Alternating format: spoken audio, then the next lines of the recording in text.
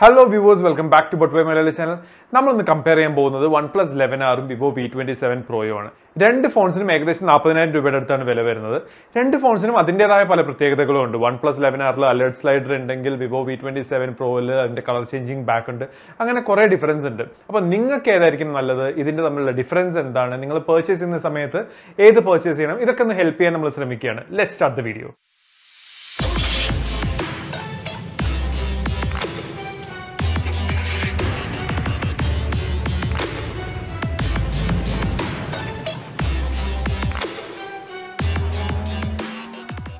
Display is 6.7 inch 1.K resolution super AMOLED display OnePlus 11R 6.7 inch full HD plus display Vivo V27 Pro. That resolution difference pixel per inch, that is 1 inch pixels OnePlus 11R compared to V27 Pro. That's why you video or photo mobile better clarity OnePlus 11R. OnePlus 11R drag and trail protection ആണ് കൊടുത്തിരിക്കുന്നത്. എന്നാൽ V27 Proയ്ക്ക് Scott സെൻസേഷന്റെ protection ആണ് കൊടുത്തിരിക്കുന്നത്. രണ്ടും കുറച്ചും കൂടെ budget റേഞ്ചിൽ വരുന്ന പ്രൊട്ടക്ഷൻ മെറ്റീരിയൽ ആണ് compared to Corning Gorilla glass. പക്ഷേ രണ്ടും നല്ല ഡീസന്റ് ആയിട്ടുള്ള പ്രൊട്ടക്ഷൻ കൊടുക്കുന്നുണ്ട്. OnePlus 11Rന്റെ പീക്ക് ബ്രൈറ്റ്നസ് എന്ന് പറയുന്നത് 1450 nits ആണ്. എന്നാൽ V27 Proന്റെ പീക്ക് ബ്രൈറ്റ്നസ് എന്ന് പറയുന്നത് 1300 nits ആണ്. അതുകൊണ്ട് തന്നെ നിങ്ങൾ ഫോൺ പുറത്തൊക്കെ ഉപയോഗിക്കുന്ന സമയത്ത് കുറച്ചും കൂടെ ബെറ്റർ ബ്രൈറ്റ്നസ് OnePlus 11Rലായിരിക്കും. പക്ഷേ നോർമൽ യൂസേജിന് വലിയ ഡിഫറൻസ് ഒന്നും ഉണ്ടാവില്ല. രണ്ട് ഫോൺസിലും കർവ് ഡിസ്പ്ലേ ആണ് വരുന്നത്. രണ്ട് ഫോൺസിലും refresh rate വരുന്നത് 120 Hz touch sampling rate വരുന്നത് 360 Hz ആണ്. രണ്ട് ഫോൺസിലും HDR 10+ അവൈലബിൾ ഉണ്ട്. ഫിസിക്കൽ ഓവർവ്യൂവിനെ കുറിച്ച് പറയാനാണെങ്കിൽ രണ്ട് ഫോണിലും ഉപയോഗിച്ചിരിക്കുന്ന ബാക്ക് മെറ്റീരിയൽ ഗ്ലാസ് മെറ്റീരിയൽ ആണ്. രണ്ട് ഫോൺസിനും പ്ലാസ്റ്റിക് ഫ്രെയിം ആണ് കൊടുത്തിരിക്കുന്നത്. OnePlus 11Rന്റെ തിക്നെസ് എന്ന് പറഞ്ഞാൽ 8.7 mm ആണ്. എന്നാൽ V27 Pro വളരെ തിൻ ആയിട്ടുള്ള ഒരു ഫോണാണ്. അതായത് 7.3 mm ആണ് അതിന്റെ തിക്നെസ് വരുന്നത്. OnePlus 11Rന്റെ വെയിറ്റ് എന്ന് പറയുന്നത് 204 grams ആണ്. എന്നാൽ V27 Proന്റെ വെയിറ്റ് എന്ന് പറയുന്നത് 182 grams ആണ്. അതായത് വളരെ തിൻ ആയിട്ടുള്ള ലൈറ്റ് വെയിറ്റ് ആയിട്ടുള്ള ഫോണാണ് V27 Pro. ഇനി OnePlus 11Rന്റെ പ്രത്യേകതകൾ എന്തൊക്കെയാണെന്ന് ചോദിച്ചു കഴിഞ്ഞാൽ അതിനകത്ത് സ്റ്റീരിയോ സ്പീക്കേഴ്സ് അവൈലബിൾ ആണ്, ഡോൾബി അറ്റ്മോസ് അവൈലബിൾ ആണ്, പ്ലസ് പ്രത്യേകിച്ച് എടുത്ത് പറയേണ്ടത് അലേർട്ട് സ്ലൈഡർ അവൈലബിൾ ആണ്. അതായത് OnePlusനെ കുറിച്ച് അറിയാത്ത ആൾക്കാർക്ക് അലേർട്ട് സ്ലൈഡർ എന്ന് പറഞ്ഞാൽ നിങ്ങൾക്ക് ഫോൺ മ്യൂട്ട് ആക്കാനും വൈബ്രേഷൻ മോഡിൽ ഇടാനും ഒക്കെ ഒരു സ്ലൈഡർ ഉണ്ട്.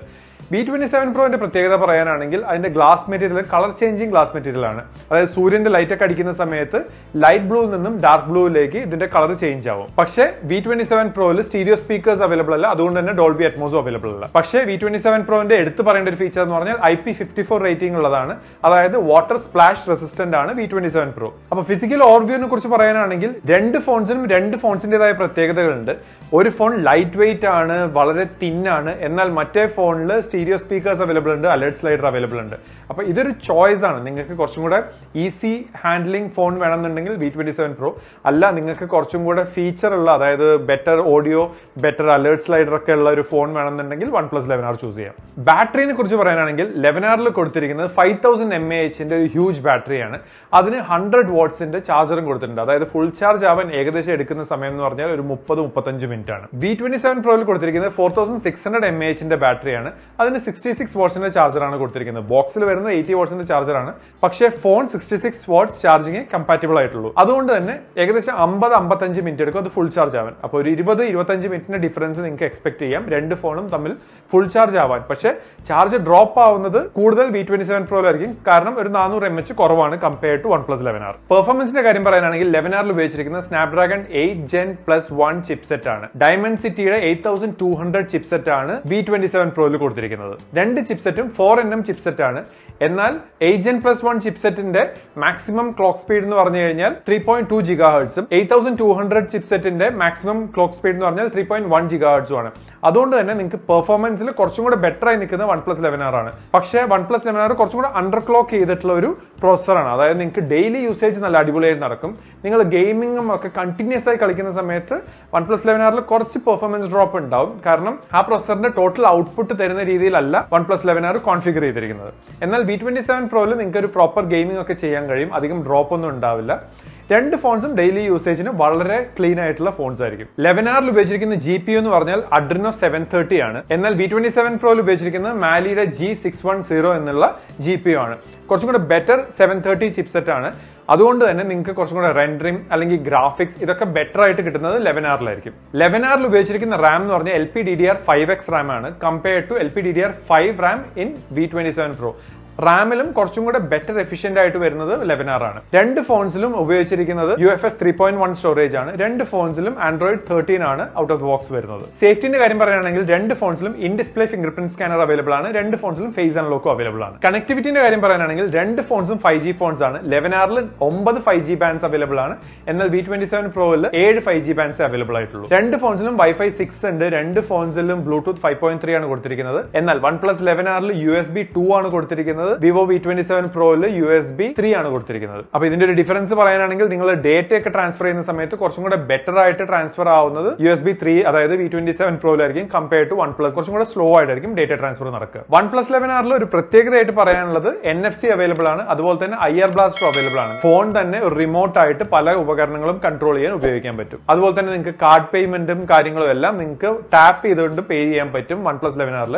പക്ഷേ അത് V27 Proയിൽ നടക്കില്ല. ക്യാമറയുടെ കാര്യം പറയാനാണെങ്കിൽ രണ്ട് ഫോൺസിലും വരുന്നത് ട്രിപ്പിൾ ക്യാമറ സെറ്റപ്പ് ആണ്. 50 മെഗാ പിക്സലിന്റെ പ്രൈമറി ക്യാമറയും 8 മെഗാ പിക്സലിന്റെ അൾട്രാ വൈഡ് ക്യാമറയും 2 മെഗാ പിക്സലിന്റെ ഒരു മാക്രോ ക്യാമറയും. എന്നാൽ OnePlus 11Rൽ മെയിൻ ക്യാമറയിൽ കൊടുത്തിരിക്കുന്നത് സോണിയുടെ IMX890 സെൻസർ ആണ്. വിവോയിൽ കൊടുത്തിരിക്കുന്നത് സോണി IMX766V അതായത് വിവോയ്ക്ക് വേണ്ടി കസ്റ്റമൈസ് ചെയ്തിട്ടുള്ള ഒരു സോണിയുടെ സെൻസർ ആണ്. ബെറ്റർ സെൻസർ 890 ആണ് കമ്പയർഡ് ടു 766V. പക്ഷേ നിങ്ങൾക്ക് കുറച്ചും കൂടെ നൈറ്റ് ഷോട്ട്സ് എടുക്കണം, നിങ്ങൾക്ക് 2x പോർട്രേറ്റ് ഷോട്ട് എടുക്കണം എന്നുണ്ടെങ്കിൽ V27 Proന്റെ ക്യാമറ ആയിരിക്കും much better than OnePlus 11 Pro. പക്ഷേ നിങ്ങൾക്ക് ഒരു നോർമൽ കേസിൽ കുറച്ചും കൂടെ നല്ല ഫോട്ടോ കിട്ടുന്നത് OnePlus 11Rലായിരിക്കും because of the sensor. Front ക്യാമറയെ കുറിച്ച് പറയാനാണെങ്കിൽ OnePlus 11Rൽ കൊടുത്തിരിക്കുന്നത് 16 മെഗാ പിക്സലിന്റെ ഫ്രണ്ട് ക്യാമറയാണ്. എന്നാൽ V27 Proയിൽ കൊടുത്തിരിക്കുന്നത് 50 മെഗാ പിക്സലിന്റെ ഫ്രണ്ട് ക്യാമറയാണ്. മെഗാ പിക്സലിന്റെ കണക്ക് നോക്കുന്ന സമയത്ത് V27 Pro ആണ് മുമ്പിൽ നിൽക്കുന്നത്. പക്ഷേ ഫോട്ടോ എടുക്കുന്ന സമയത്ത് OnePlus ഒരുവിധം നന്നായിട്ട് ഒപ്റ്റിമൈസ് ചെയ്തുകൊണ്ട് തന്നെ രണ്ടും തമ്മിൽ അത്ര ഡിഫറൻസ് ഉണ്ടാവില്ല.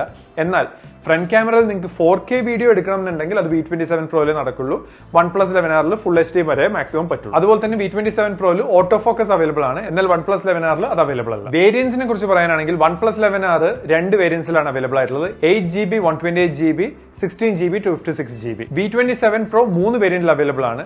8GB 128GB 8GB 256GB 12GB 256GB. ഇനി പ്രൈസിന്റെ കാര്യം പറയാനാണെങ്കിൽ 11Rന്റെ വില വരുന്നത് 8GB 128GB വേരിയന്റിന് 39,999 16 256GB വേരിയന്റിന് 44,999 ആണ് വില വരുന്നത്. എന്നാൽ V27 Pro OnePlus 11Rന് ഒരു 2000 രൂപ കുറവിലാണ് വരുന്നത്. അതായത് 8GB 128GB വേരിയന്റിന് 37,999 8GB 256GB വേരിയന്റിന് 39,999 12GB 256GB വേരിയന്റിന് 42,999 ആണ്. ഇനി ഒരു ഫൈനൽ വേർഡിക്ട് എന്ന് പറയാനാണെങ്കിൽ നിങ്ങൾക്ക് കുറച്ചും കൂടെ സ്ലീക്ക് ഫോൺ വേണം, നിങ്ങൾക്ക് കുറച്ചും കൂടെ ഡിസൈൻ ചേഞ്ച് ചെയ്യുന്ന ഫോൺ വേണം, നിങ്ങൾക്ക് കുറച്ചും കൂടെ ലൈറ്റ് വെയിറ്റ് ആയിട്ടുള്ള ഫോൺ വേണം, അല്ല ക്യാമറയിൽ ഒരുപാട് ഫീച്ചേഴ്സ് വേണം, അതുപോലെ തന്നെ നൈറ്റ് ഷോട്ട് എടുക്കാൻ പറ്റണം, കുറച്ചും കൂടെ 2x പോർട്രേറ്റ് ഷോട്ട്സ് എടുക്കാൻ പറ്റണം, ഒരു 2000 രൂപ കുറവുള്ള ഫോൺ വേണം, അതുപോലെ തന്നെ ഗെയിമിംഗ് ആണ് നിങ്ങളുടെ മെയിൻ യൂസേജ് എന്നൊക്കെയാണെങ്കിൽ V27 Pro നിങ്ങൾക്ക് ചൂസ് ചെയ്യാം. അല്ല നിങ്ങളൊരു ഡെയിലി യൂസർ ആണ്, നിങ്ങൾക്ക് അലേർട്ട് സ്ലൈഡർ ഇമ്പോർട്ടന്റ് ആണ്, നിങ്ങൾക്ക് ഫോൺ ഒരു റിമോട്ട് ആയിട്ട് യൂസ് ചെയ്യാൻ പറ്റണം, അതുപോലെ തന്നെ നിങ്ങൾക്ക് കുറച്ചും കൂടെ ബെറ്റർ OS അതായത് ബ്ലോട്ട്വെയറും കാര്യങ്ങളൊന്നും ഇല്ലാത്ത കുറച്ചും കൂടെ ക്ലീൻ ഓപ്പറേറ്റിംഗ് സിസ്റ്റം വേണം,